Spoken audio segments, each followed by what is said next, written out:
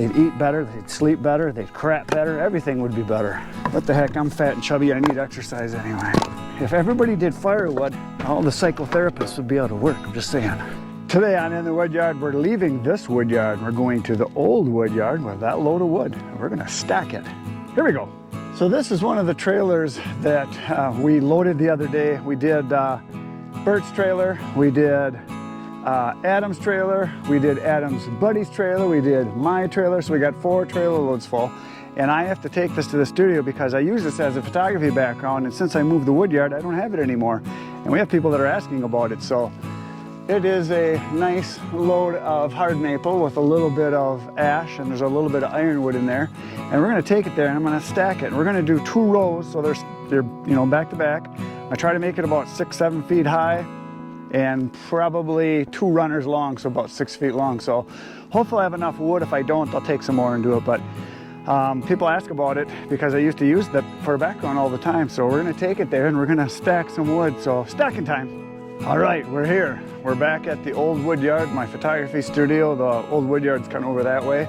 And this is a spot where I want to put the wood right in here because in the morning this is really good because it's shaded, in the afternoon it's shaded, and right now it's already it's 10 to 7 right now, so the sun is going down right over there. So I don't do photography that late usually, so most of the time it's during the middle of the day, and this will be shaded, which is good for photography, and then I put lights out this way and light it. So I'm going to put it right along this brush line here, so if I see over the top of it, I will see green and, nature, instead of going out to where there's buildings and cars over that direction. So this is where it's gonna go. So what I'm gonna do is I'm gonna tip the trailer up so the wood comes to me. I'm gonna put down these runners, you'll see just a minute. We're gonna put them right here. I'm gonna do 2 rows, 2 high, and we're gonna crisscross the ends, and I'm gonna go as high as I can, as wide as I can, as fast as I can, because like I said, it's already 10 to 7, and it gets dark out, I don't know, 8:30, 8:45, something like that. So there's a lot of wood in there. I gotta get hustling, so it's stacking time. So I got the runners here. These are frames that I get. This is from packing for a furniture company. They get mattresses and stuff sent in these, and so this is a framework that goes around them. And they just throw them out, and I get hundreds of these if I want. But they work really good for stacking wood. They're, 1x3s, whatever, just stapled together. But what I'm gonna do is I'm gonna put one right there, and I'm gonna put one right here. Move these over. So I'll go kind of straight, something like that. That way it's kind of right on a corner here, which is a good spot. And then we're gonna put another one right here. So they're off the ground, and they're pretty nice and stable. These work really good for stacking wood. And I can't tell you the name of the place, because if I told you, everybody would go and get them. Because there are people that watch my channel around here, and they're like, where do you get those? Well, it's a secret spot. You can make them yourself. There we go, and they're just about the right size for width-wise for stacking wood on, you'll see here. So basically I'm gonna do 2 rows so it's got a little stability to it. And this one here, that's a little shorter, and this one's even shorter yet, but it'll still work. I'm gonna put this down to this end. So I think what I'm gonna start with, I'm gonna start right here crisscrossing. But yeah, that should work right there. It's about where I want them to be, because that way I can walk through here, I can back up this way and still shoot from here, because I shoot that direction because my truck is right over here to your left that I use for photography. Truck is sitting right over here, and I use this whole area back in here. Over in there we got lots of wildflowers. There's a rock wall, there's another rock wall, we got steps over there, weeds, trees, flowers. There's a creek in the back, or crick, however you want to say it. So yeah, this is where it's gonna go. So I better get stacking because the sun's going down. So I backed up the trailer just a smidge, and now I'm gonna raise it up a little bit. And for those of you that haven't been around much, my trailer, because I get asked all the time, it's an N&N trailer from Canada is where it's made, but I bought it from Thumb Trailer and Auto Sales from Sandusky, Michigan. Really nice guys, and these trailers are galvanized. This is a 6-foot wide, 12-foot long. It's got a front telescoping lift here, 3 stages, and it's got a charger up front so it charges all the time when you're hooked up, and then I got a charger built right into it so I can charge, and then The capacity is a 10,000 pound trailer, and the trailer itself weighs 2,400, 2,500, something like that. I think that's high enough for now. Here. That way I can, yeah, it didn't quite start falling out. So I'm gonna crisscross the ends here. At least I'm gonna try to. Ooh, I'm right up to the edge here, right to the edge of the trailer. So the corner is probably the most important part we're gonna start with here. Probably should start on the other end, actually. Maybe I'll come down here and put a couple of them just to kind of get it started, and then I can fill the middle in. Let's turn you guys this way so you can see the festivities, because I know you're pretty excited about this. Stacking wood. It's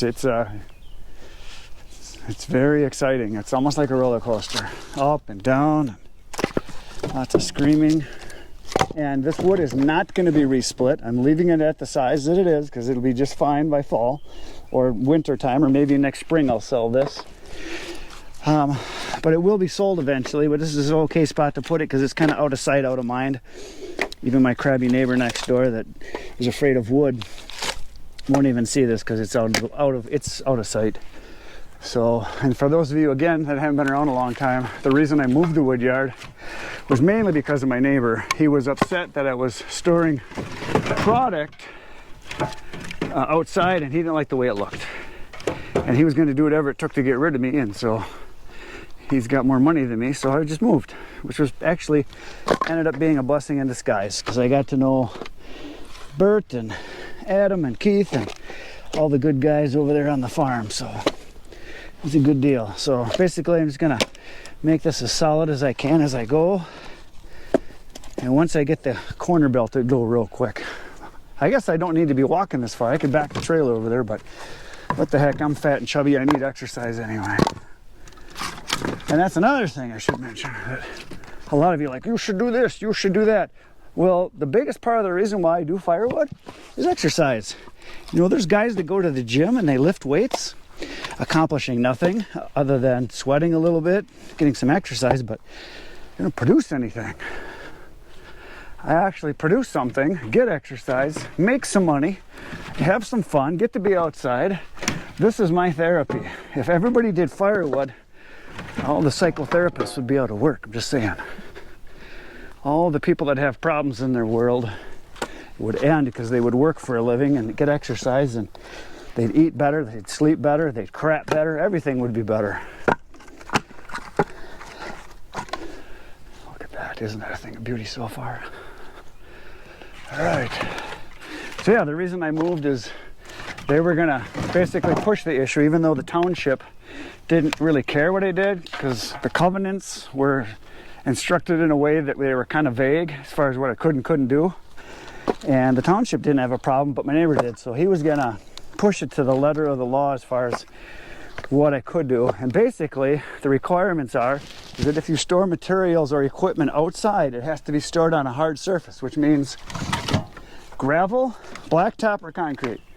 And for me to just put the gravel in and get it certified, level, grades, all that kind of stuff, it would have cost me $100,000 to do as much square feet or the area, the space I wanted to use for the wood yard. It would have been pretty pricey for me to do that. So I chose to just leave. And it's been a better deal anyway. I got a much better space, much better conditions, much better help, new friends. It's just awesome. So it's a good deal. So yeah, normally a lot of this stuff I would split down a little smaller. But I'm going to leave this bigger. It's going to be some stuff that's a little bigger. This is straight off the processor. I didn't do any resplits. This is just the way it was done. And there may be a few that are a little bit big, but I think I'll be okay with that. Let's put this one here. See, like I said, the ends kind of matter more than anything. You get those solid and generally you're good to go. This is going to be an issue, I can see here. This one's too high. So we'll spin this around. This one's just a problem child. That's what it is. It's too big. And this stuff will dry just fine because it's hard maple. Hard maple dries really fast. Generally, if you split it in the early summer like it is right now, well, middle of summer almost actually, by the time you get to late fall, winter time, the stuff will be all dry as can be. But this would be probably some of the later stuff that I sell. If I even have to, I might just leave it here for, I don't know, however long I need to. We'll see. Not worried about it. All I know is I want to get it solid so that there's no problems. It looks pretty good already. I must say so myself. All right, we're gonna speed things up here a little bit. Enough of me talking. I'm gonna get to stacking much faster. Watch this.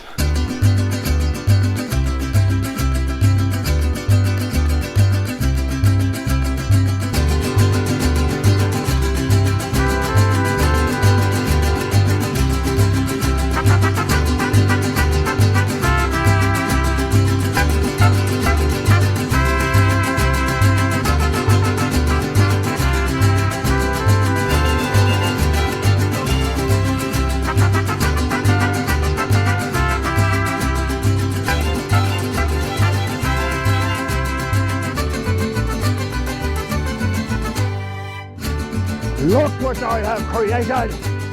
It's a thing of beauty, I must say. There it is, pile of wood. That took 1 hour and 2 minutes. It is now 8 minutes to 8. I started at 10 to 7, so it's about as fast as I can stack, and I did carry it. I was gonna back around, but I don't know, it works pretty good just doing it this way. I built the back wall higher. It's got a little bit of a shake to it, but not much, because I shoved some pieces in between. What you do is you take pieces that are thin, like a piece of kindling like this, and you shove it into a crack like that and you leave it stick out, and then you put wood on top of it. It kind of ties the two piles together, so it might be 7 feet high. I don't know. I could go a little higher. I might add a little bit to it later, but that's all the wood I had in the trailer for today. But it'll be really nice for a background. People will like it. I will use it a lot. The old piles I had when I had them here last, I don't know, probably 15, 20 years, I had piles of wood here for photography.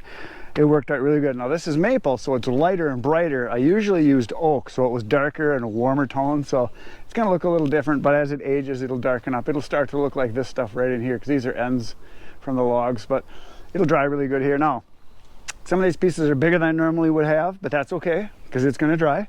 This will just be a batch of kind of some bigger sizes. And I'm gonna do that with a lot of the wood that I'm processing now with the processor. I'm gonna leave a lot of it bigger.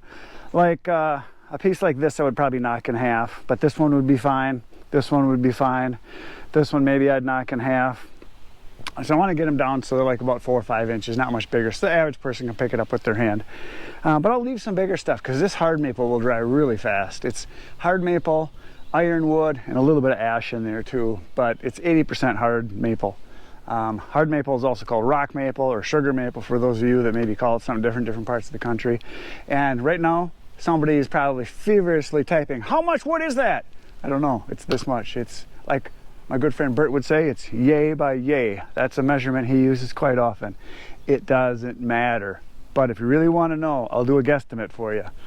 So right here is about 4 feet high. So let's see, we got 1, 2, 3, 4, 5. So it's about 15 feet, which is about what I figured with the path. So it's about 15 feet long. It's 4 feet high right to here. So that means, if I do some math in my head here quickly,